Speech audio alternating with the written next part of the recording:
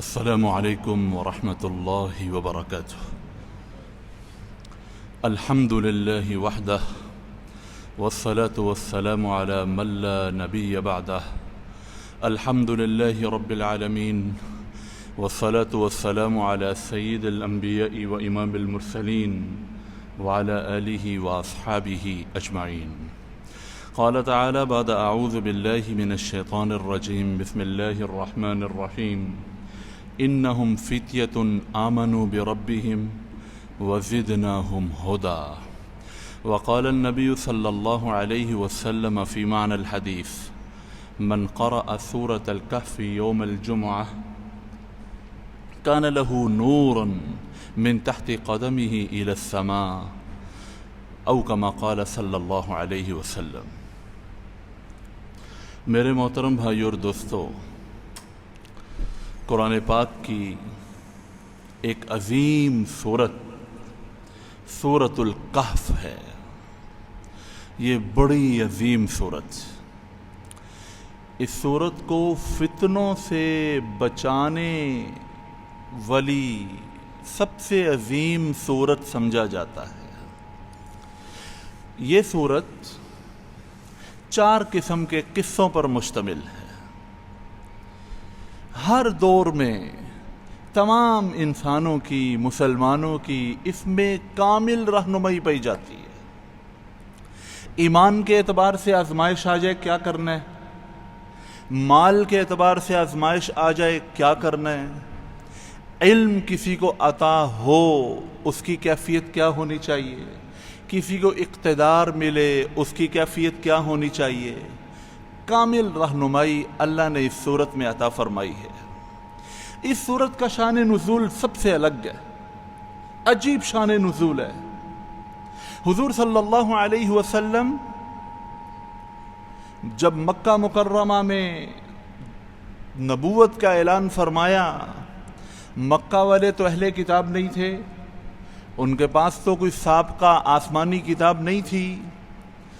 انہوں نے حضور صلی اللہ علیہ وسلم کو پرکھنے کے لیے، حضور صلی اللہ علیہ وسلم کی صداقت کو چیک کرنے کے لیے، اگرچہ آپ کی صداقت سورج سے زیادہ روشن تھی، لیکن ان کا مقصد یہ تھا کہ ہم حضور صلی اللہ علیہ وسلم سے کوئی ایسا سوال کریں اور ان کو لاجواب کر دیں.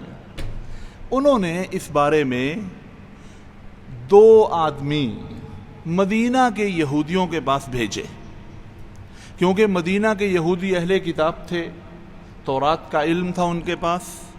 2 آدمی بھیجے اور جا کے ان 2 آدمیوں سے کہا کہ جا کے تم معلوم کرو کہ ہمارے ہاں ایک شخص نے نبوت کا دعویٰ کیا ہے، آپ لوگ ہمیں کوئی ایسی باتیں بتاؤ کہ ہم ان باتوں کی روشنی میں یہ جان لیں کہ آیا انہوں نے جو نبوت کا دعویٰ کیا ہے وہ اس میں سچے ہیں یا جھوٹے ہیں. ہم ان کو پرکھنا چاہتے ہیں، ہم ان کو دیکھنا چاہتے ہیں. یہودیوں نے، یہود کے علماء نے ان 2 آدمیوں سے کہا کہ تم جا کے محمد صلی اللہ علیہ وسلم سے 3 سوال کرو، 3 سوال کرو. اگر انہوں نے ایک کے بارے میں خاموشی اختیار کی اور 2 کا جواب دے دیا، سمجھ لو پیغمبر ہیں. اور اگر انہوں نے تینوں کا جواب دیا تو بھی غلط، تینوں کا جواب نہ دیا تو بھی غلط. ایک کے بارے میں وہ کہیں کہ اس کا مجھے علم نہیں ہے، 2 کے بارے میں اگر آپ کو وہ تفصیل بتا دیں تو سمجھ جانا کہ وہ سچے پیغمبر ہیں، ان کی پیغمبری میں پھر شک نہ کرنا. وہ 2 آدمی واپس مکہ والوں کے پاس آئے، آ کے بتایا کہ انہوں نے ہمیں 3 باتیں بتائی ہیں کہ یہ 3 باتیں جا کے رسول اللہ صلی اللہ علیہ وسلم سے پوچھو. سب سے پہلی بات ان سے پوچھو کہ ان چند نوجوانوں کے بارے میں آپ کیا کہتے ہیں جو اپنے علاقے سے نکلے تھے ایمان کو بچانے کے لیے اور کسی غار کے اندر جا کے پناہ لی تھی. اور دوسرا سوال ان سے یہ پوچھو کہ ذوالقرنین بادشاہ، وہ بادشاہ جو مشارق اور مغارب کا بادشاہ تھا، اس کے بارے میں آپ کیا جانتے ہیں. تیسرا سوال، روح کے بارے میں آپ کیا کہتے ہیں؟ اگر انہوں نے ان غار والوں کے بارے میں اور ذوالقرنین کے بارے میں بتا دیا اور روح کے بارے میں انہوں نے کہا اللہ ہی جانتا ہے، تو سمجھ لینا یہ اللہ کے پیغمبر ہیں۔ انہوں نے کہا چلو حضور صلی اللہ علیہ وسلم کے پاس چلتے ہیں، جا کے آپ سے پوچھتے ہیں۔ حضور صلی اللہ علیہ وسلم کے پاس آ گئے، آ کے پوچھا ہمارے 3 سوالوں کے جواب آپ دیں۔ پہلا سوال کہ وہ چند نوجوان جو اپنے علاقے سے ایمان کو بچا کے نکلے تھے، کسی غار میں جا کے پناہ لی تھی، آپ ان کے بارے میں کیا جانتے ہیں؟ اور وہ بادشاہ جس کو مشرق اور مغرب کی حکومت ملی تھی، وہ مشرق میں بھی گیا مغرب میں بھی گیا، اس کے بارے میں آپ کیا جانتے ہیں؟ اور روح کے بارے میں آپ کیا جانتے ہیں؟ حضور صلی اللہ علیہ وسلم نے فرمایا کل آنا میں بتا دوں گا۔ وہ دوسرے دن پھر آ گئے، لیکن وہی نازل نہیں ہوئی۔ حضور صلی اللہ علیہ وسلم پریشان۔ آپ نے تو ان سے کل کا اس لیے کہا تھا کہ پتہ تھا حضرت جبرائیل علیہ السلام حاضر ہوں گے اور اللہ کی طرف سے ان کے پوچھے گئے سوالات کے جواب مجھے الہام کریں گے، وحی کریں گے، اور وہی میں ان کو پڑھ کے سنا دوں گا۔ لیکن دوسرے دن تک جبرائیل علیہ السلام کی آمد نہیں ہوئی۔ فرمایا کل آ جانا۔ کرتے کرتے 14 دن گزر گئے، 14 دن۔ اب وہ کفار مکہ، وہ صحابہ رضی اللہ تعالیٰ عنہم سے کہہ رہے ہیں کہ تم تو بڑا اپنے نبی کی صداقت کا دعویٰ کرتے ہو، وہ روزانہ ہمیں کل پہ ٹال دیتے ہیں اور ہمیں بتاتے ہی نہیں ہیں۔ اور صحابہ رضی اللہ عنہم بڑے پریشان، حضور صلی اللہ علیہ وسلم بڑے پریشان، ہر وقت جبرائیل علیہ السلام کی آمد کے منتظر کہ یہ لوگ آتے ہیں، آ کے پوچھتے ہیں۔ اور ان کا کہنا یہ ہے کہ اگر آپ نے ان 3 سوالات کے جواب ٹھیک دے دیے تو آپ کو ہم پیغمبر مان لیں گے، لیکن جبرائیل علیہ السلام کیوں نہیں آ رہے؟ آپ بڑے پریشان۔ 14 دن گزرنے کے بعد سیدنا جبرائیل علیہ السلام حاضر خدمت ہوئے۔ فرمایا جبرائیل کہاں رہ گئے تھے؟ انہوں نے کہا وَمَا نَتَنَزَّلُ إِلَّا بِأَمْرِ رَبِّكَ، یا رسول اللہ ہمیں تو جب اللہ بھیجتا ہے ہم آتے ہیں، ہماری کوئی مرضی نہیں ہے۔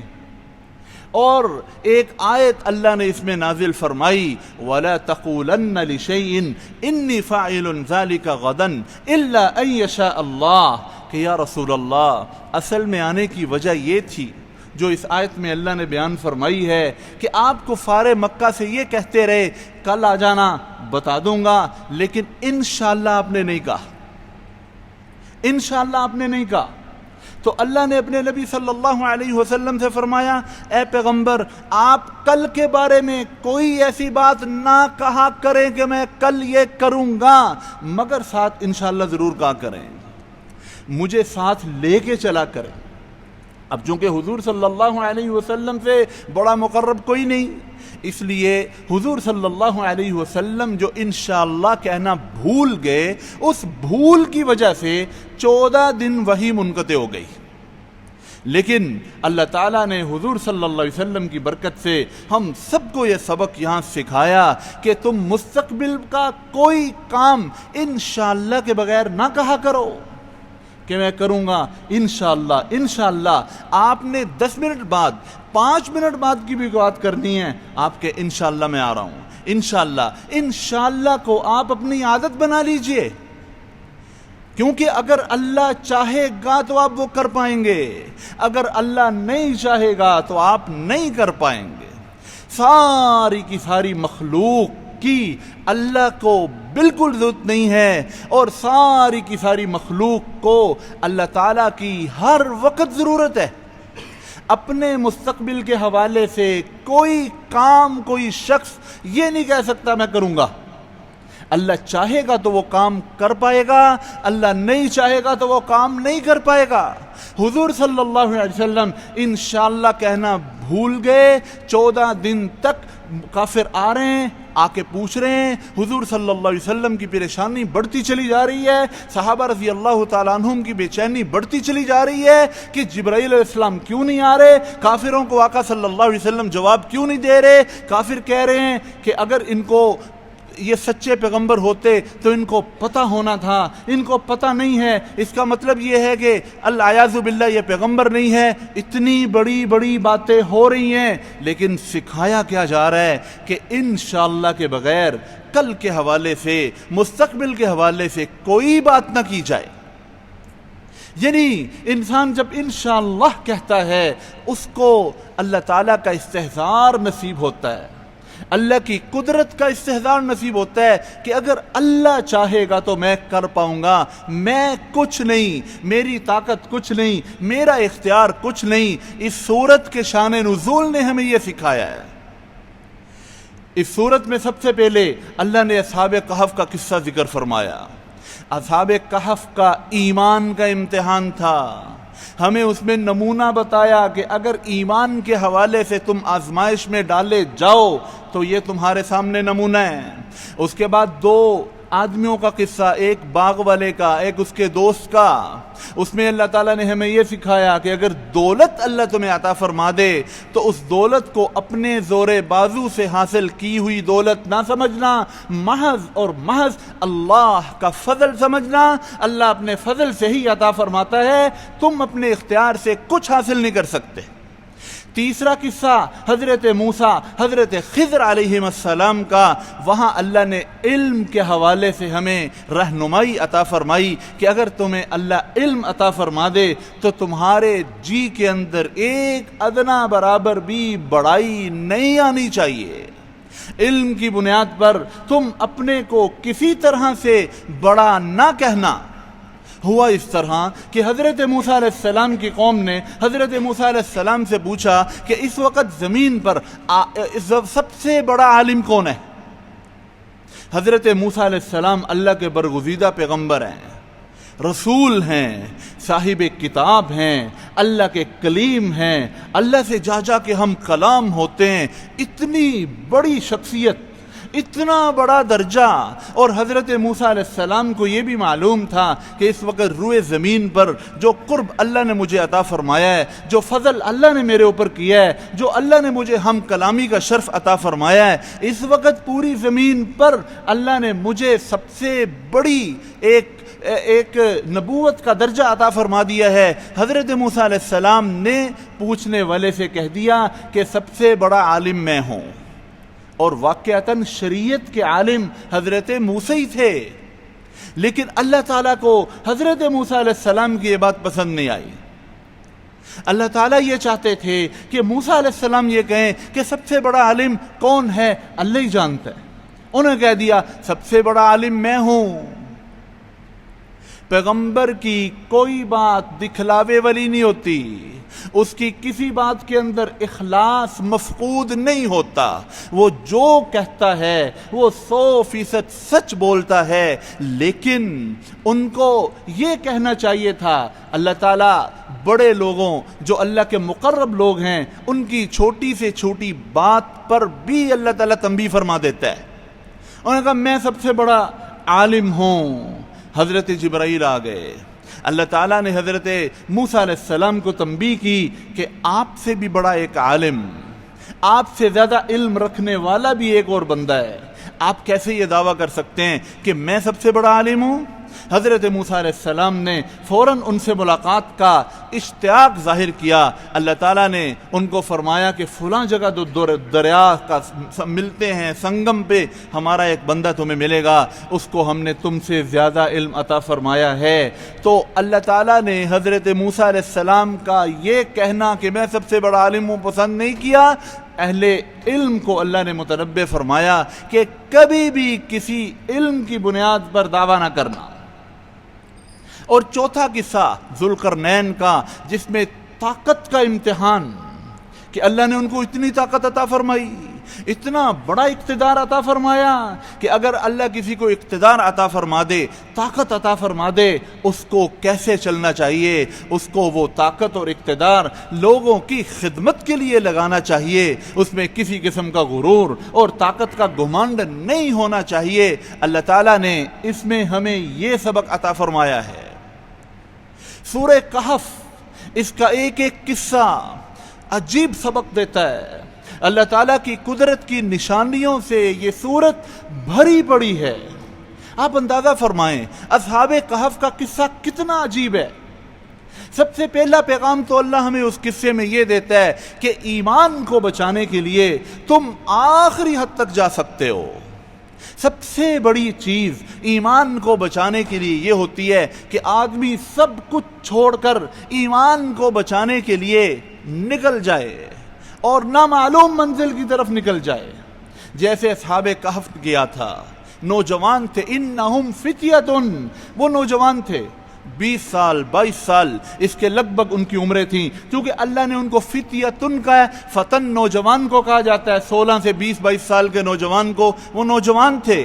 اللہ نے ان کو ہدایت عطا فرمائی۔ اس وقت کا جو بادشاہ تھا، اس بادشاہ نے، دقیانوس اس کا نام تھا، اس بادشاہ نے جب یہ جانا کہ یہ لوگ توحید پرست ہیں، یہ میرے معبودوں کو نہیں مانتے، اس نے ان کو تھوڑا سا وقت دیا کہ تمہارے پاس اتنا وقت ہے۔ اور یہ کوئی عام لوگ نہیں تھے، یہ شہزادے لوگ تھے، اس میں سے ولی عہد بھی تھے، شہزادے لوگ تھے، بادشاہی فیملی سے ان کا تعلق تھا۔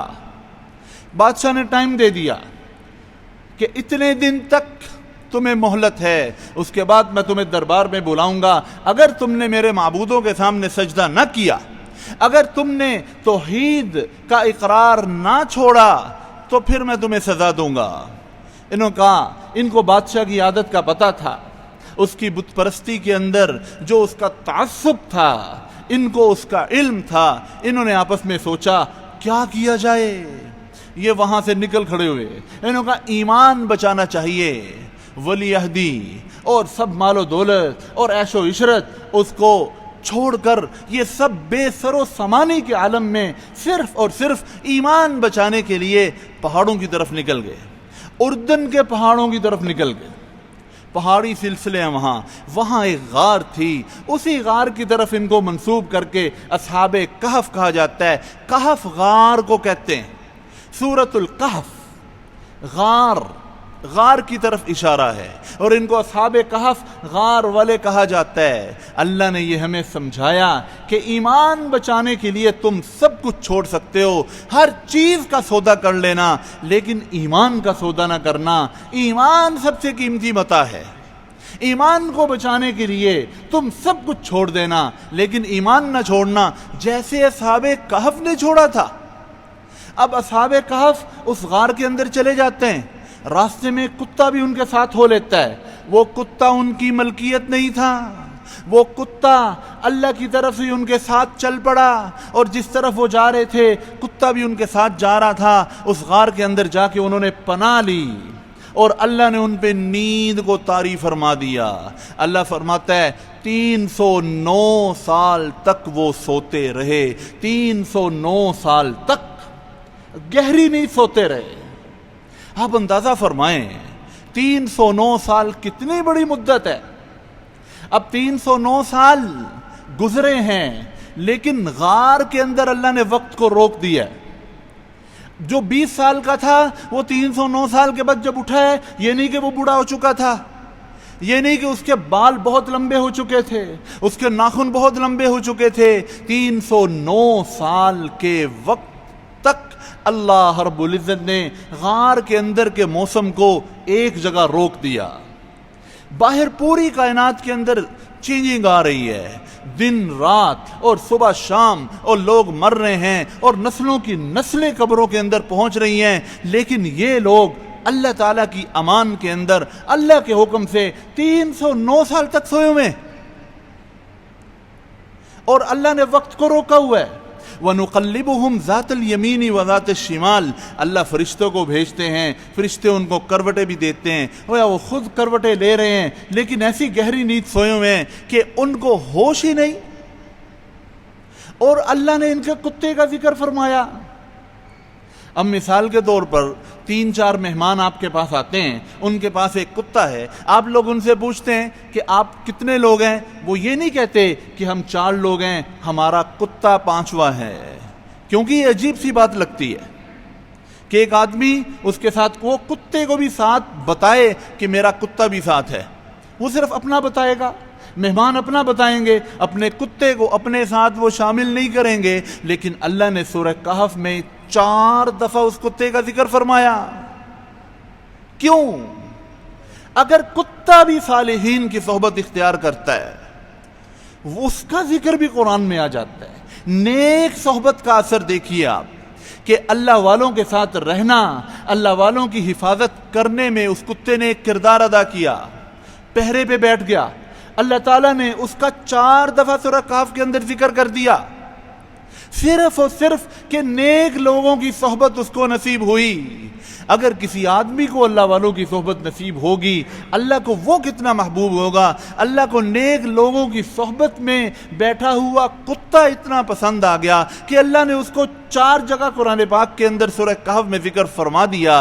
تو نیک لوگوں کی صحبت آپ اندازہ فرمائیں کتنی بڑی چیز ہے، کتنی بڑی چیز ہے۔ اب یہ اصحاب کہف جب بیدار ہوتے ہیں، آپس کے اندر تذکرہ ہوتا ہے، اور کم لبستم کم لبسنا، ہم یہاں کتنی دیر سوئے ہیں، اور ہم 1 دن یا 1 دن کا کچھ حصہ سوئے ہیں۔ اچھا، بھوک محسوس ہوئی، 309 سال تک سوئے ہوئے ہیں، نہ بھوک نہ پیاس، لیکن جب اٹھے ہیں تو بھوک محسوس ہوئی، تو انہوں نے آپس میں پیسے جمع کیے۔ آج کل یہ سمجھا جاتا ہے کہ دوست احباب کہیں مل کے کھانا کھائیں، اس کو کہتا ہے جی یہ امریکی سسٹم ہے، آپس میں پیسے ملا کے اگر کوئی ایک بندہ ان سب کو کھانا کھلائے تو کہا جاتا ہے کہ یہ ٹھیک ہے، یہ پاکستانی سسٹم ہے۔ یہ بات نہیں ہے، یہ اصحاب کہف سے بھی ہمیں یہ بات ملتی ہے کہ انہوں نے آپس میں پیسہ جمع کیے، پھر بندے کو کھانا لینے کے لیے بھیجا۔ تو ایسا ہی کرنا چاہیے۔ اگر آپ کہیں مل کے دوست احباب جا رہے ہیں تو وہاں تھوڑے تھوڑے پیسے ملا کے آپ اگر کھانا کھا لیتے ہیں تو یہ اصحاب کہف کی سنت ہے، پیسے ملا کے کھانا کھا لینا۔ جماعت کے اندر بھی یہ ہوتا ہے، جتنے بھی جماعت والے جماعت میں چلتے ہیں، اللہ کے راستے میں لوگ نکلتے ہیں، وہ پیسے اکٹھے کرتے ہیں، پھر اس کا اکٹھا کھانا کھاتے ہیں۔ یہ اصحاب کہف کی سنت ہے، یہ اصحاب کہف کی سنت۔ تو جب وہ کھانا لینے جانے لگا، انہوں نے کہا ایہا ازکا طعامن، کیونکہ باہر تو ان کے ذہن میں، ان کے ذہن میں یہ تھا کہ وہی حکومت ہے، اور ان کو پتا تھا کہ بادشاہ اور اس کے کرندے ہمیں ڈھونڈنے میں لگے ہوئے ہوں گے۔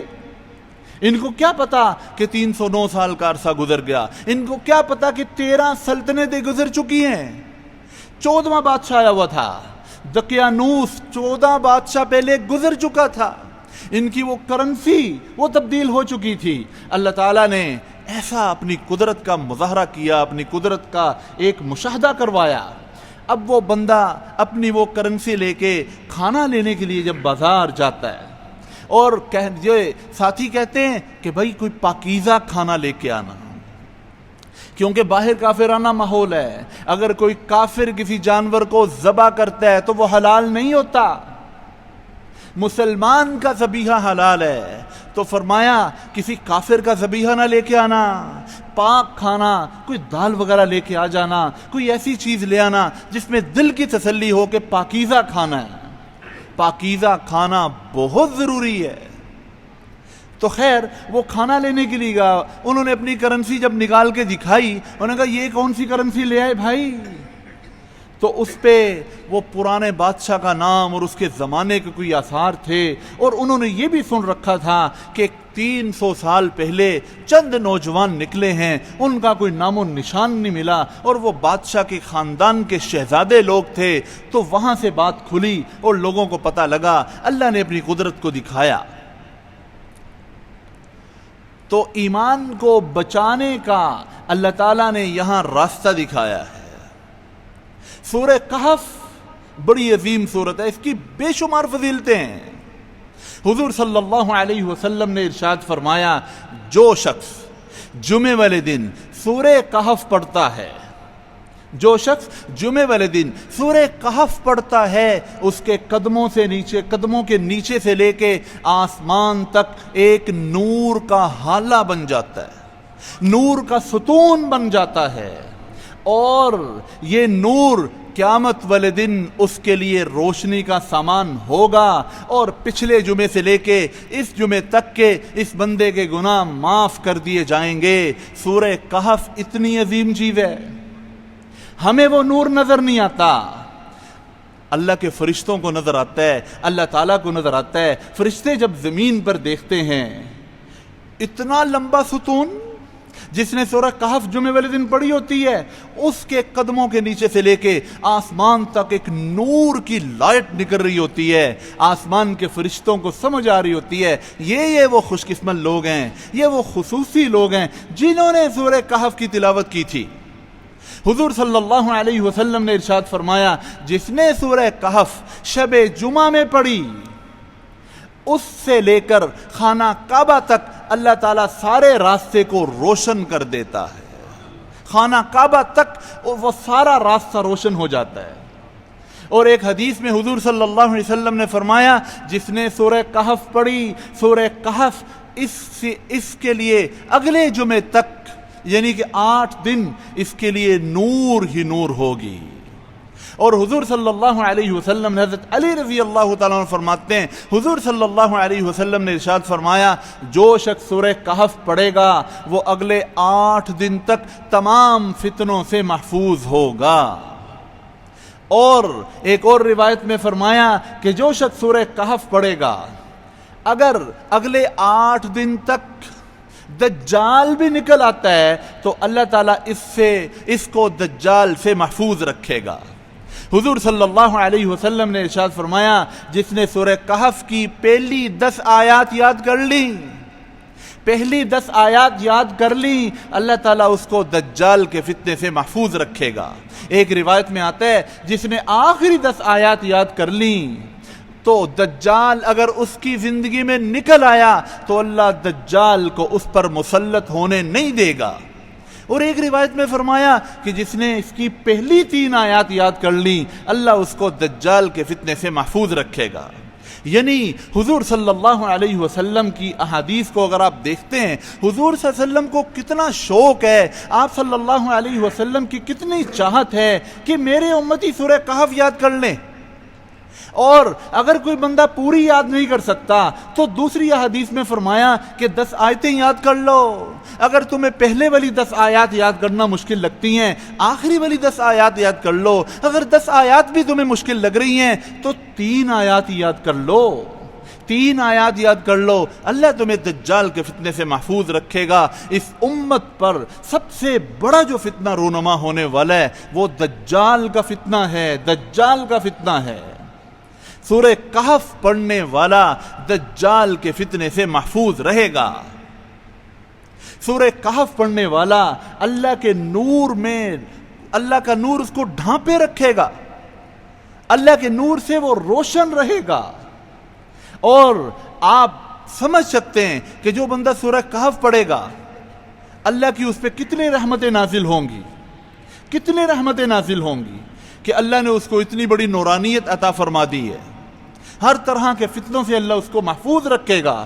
لہذا ہم اس کا معمول بنا لیں کہ ہمارا جمعہ سورہ کہف پڑھے بغیر نہ گزرے۔ میں اور آپ یہ سمجھیں کہ سورہ کہف اگر نہیں پڑھی تو جمعے کا ایک بہت بڑا عمل ہمارا رہ گیا۔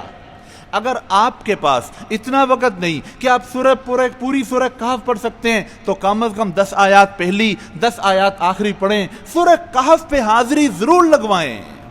اپنے بچوں، اپنی گھر والوں سے پوچھیں، آج آپ نے سورہ کہف پڑھی ہے؟ اور سورہ کہف پڑھنے کا وقت جمعرات کی مغرب کے بعد سے لے کے جمعے کی مغرب تک ہے۔ 24 گھنٹے اللہ نے ہمیں عطا فرمائے ہیں۔ کوئی جمعرات کی رات کو پڑھ لے، جمعے میں مغرب سے پہلے پڑھ لے، اس کو اس کی تمام فضیلتیں حاصل ہو جائیں گی۔ یہ پرفتن دور ہے۔ سورہ کہف کی تلاوت کا جتنا فائدہ اور جتنی اس کی ضرورت آج ہے میرے بھائیوں، شاید پہلے نہیں تھی۔ آج تو فتنے اندھیرے کی طرح پھیلے ہوئے ہیں، اتنے فتنے، ہر طرح کے فتنوں سے سورہ کہف آپ کی حفاظت کرے گی۔ لہذا اس کو معمول بنا لیجئے. کوئی جمعہ آپ کی زندگی میں ایسا نہ جائے جو سورہ کہف کے بغیر نکل جائے. سورہ کہف کے لیے ضرور قرآن پاک کھولیں, خود بھی اس کا اہتمام کریں, دوسروں سے بھی اس کا اہتمام کروائیں. اللہ اس سورت کی برکات مجھے اور آپ کو نصیب فرمائے, اور ہر طرح کے فتنوں سے اللہ ہم سب کی حفاظت فرمائے. وآخر دعوانا ان الحمد للہ رب العالمین.